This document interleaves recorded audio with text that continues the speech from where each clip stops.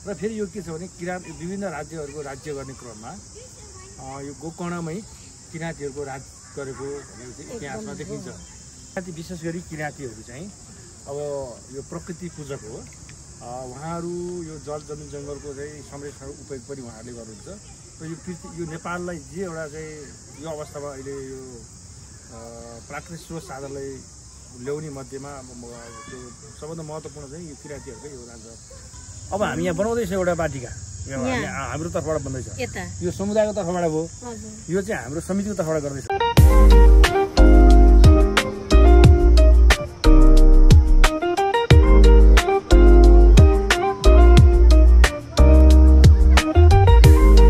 हामी गोकर्णको एउटा यो शहीद पार्कमा हामी आएको छौँ।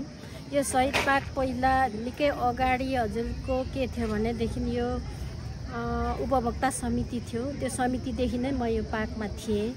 तर अहिले धेरै वर्ष भयो यहाँ नजिकै भए पनि म आउन सकेको थिइनँ। तर आज आएँ, धेरैभन्दा धेरै विकास भएको रहेछ। धेरै धेरै धन्यवाद यहाँको अध्यक्ष सुदर्शन सिक्देलज्यू, अहिले पनि उहाँ नै हुनुहुन्छ। उहाँहरूको र एउटा सबैको पहलमा चाहिँ राम्रो भएको रहेछ। र हाम्रो the highland art fashion design and training सेन्टरको विभिन्न ढाका कपडाहरूको चाहिँ आज यहाँनिर अलिकति सुटिङ गरौँ, यसको फेसनहरू के हो, यसको डिजाइनहरू के हो भनेर हामी यो 2-4वटा कपडा लिएर आएको छौँ। ढाकाको कोट, ढाकाको साडी र ढाकाको साडी चाहिँ हाम्रो नायिका लक्ष्मी योङहाङज्यूले प्रदर्शन गर्नुहुन्छ भने चाहिँ अब ढाकाको कोट चाहिँ हाम्रो पत्रकारज्यू मोडल विशाल सुब्बाज्यू र हाम्रो युवेन भाइज्यूले प्रदर्शन गर्नुहुन्छ। नेपालको एउटा परम्परागत व्यवसाय ढाका कपडालाई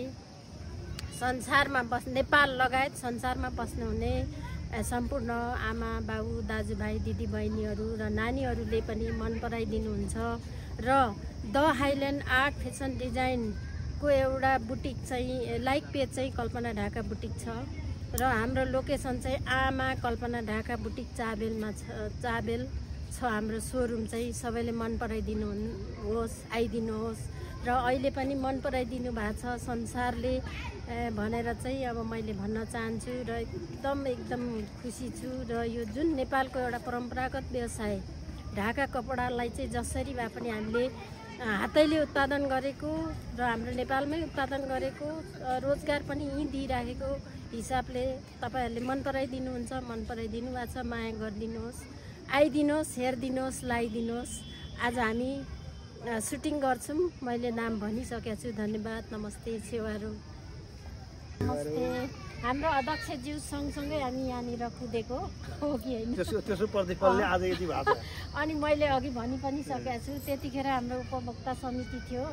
उपभोक्ता समितिदेखि नै उहाँले यत्रो सङ्घर्ष गर्नुभयो, हामीले पनि साथ दिएका थियौँ। तर म धेरै वर्ष पछाडि आज आएँ। अध्यक्षज्यूलाई आज एकदमै रेस्टमा हुनुहुन्थ्यो र भए पनि मैले आज निम्त गरेर के भन्छ यहाँ आइदिनुहोस् भने आइदिनु भयो। उहाँलाई चाहिँ the highland art fashion design and training सेन्टरको एउटा यो हातैले बुनेको टोपीले उहाँलाई सम्मान गर्दैछु। अब फेरि हजुरलाई मैले जोइन गर्छु यो समितिभित्र, किन हजुरको योगदान धेरै छ।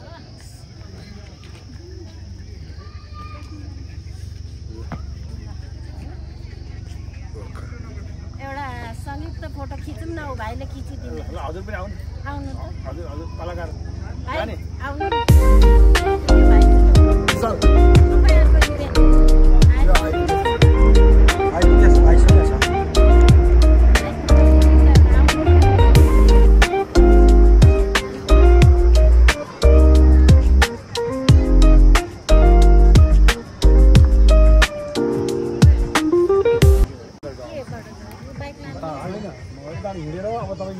हिँडेर हाम्रो उयो हो, यहाँबाट जान्छ, यो पछाडिबाट हिँडेर जानुपर्छ, मर्सारी नै रहन्छ।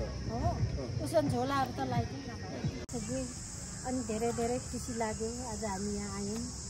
हजुर पनि एकदम हजुरको महत्त्वपूर्ण समयलाई राखेर खाँदी राखेर मैले अध्यक्षज्यू आइदिनुहोस् भन्दा आइदिनु म धेरै धेरै हजुरप्रति आभारी छौँ हामी।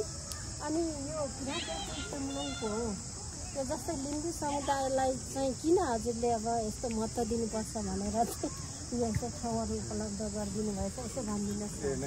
यो चाहिँ के अरे किराँती विशेष गरी किराँतीहरू चाहिँ अब यो प्रकृति पूजक हो। उहाँहरू यो जल जमिन जङ्गलको चाहिँ संरक्षण उपयोग पनि उहाँहरूले गर्नुहुन्छ र यो नेपाललाई जे एउटा चाहिँ यो अवस्थामा अहिले यो प्राकृतिक स्रोत साधनलाई ल्याउने मध्येमा त्यो सबभन्दा महत्त्वपूर्ण चाहिँ यो किराँतीहरूकै योगदान छ।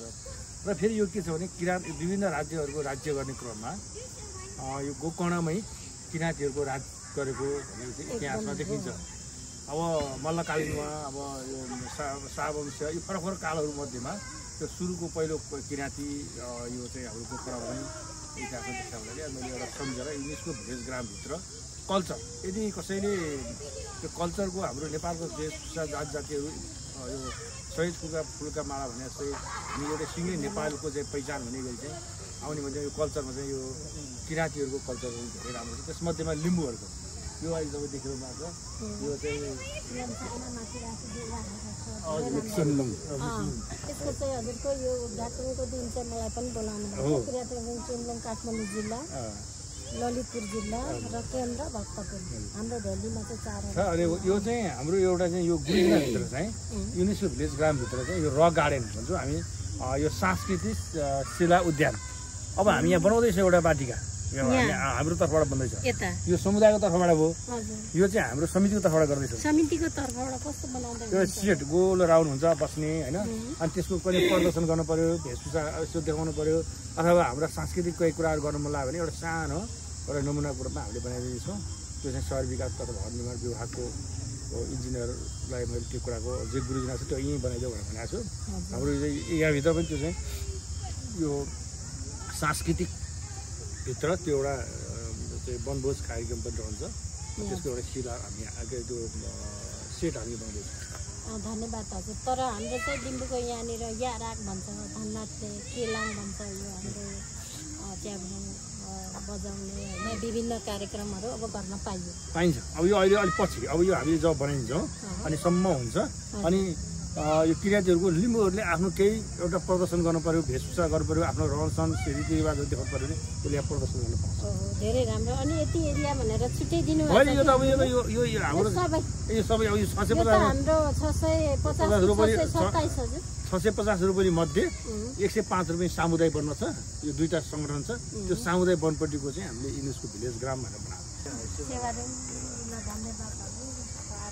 धन्यवाद।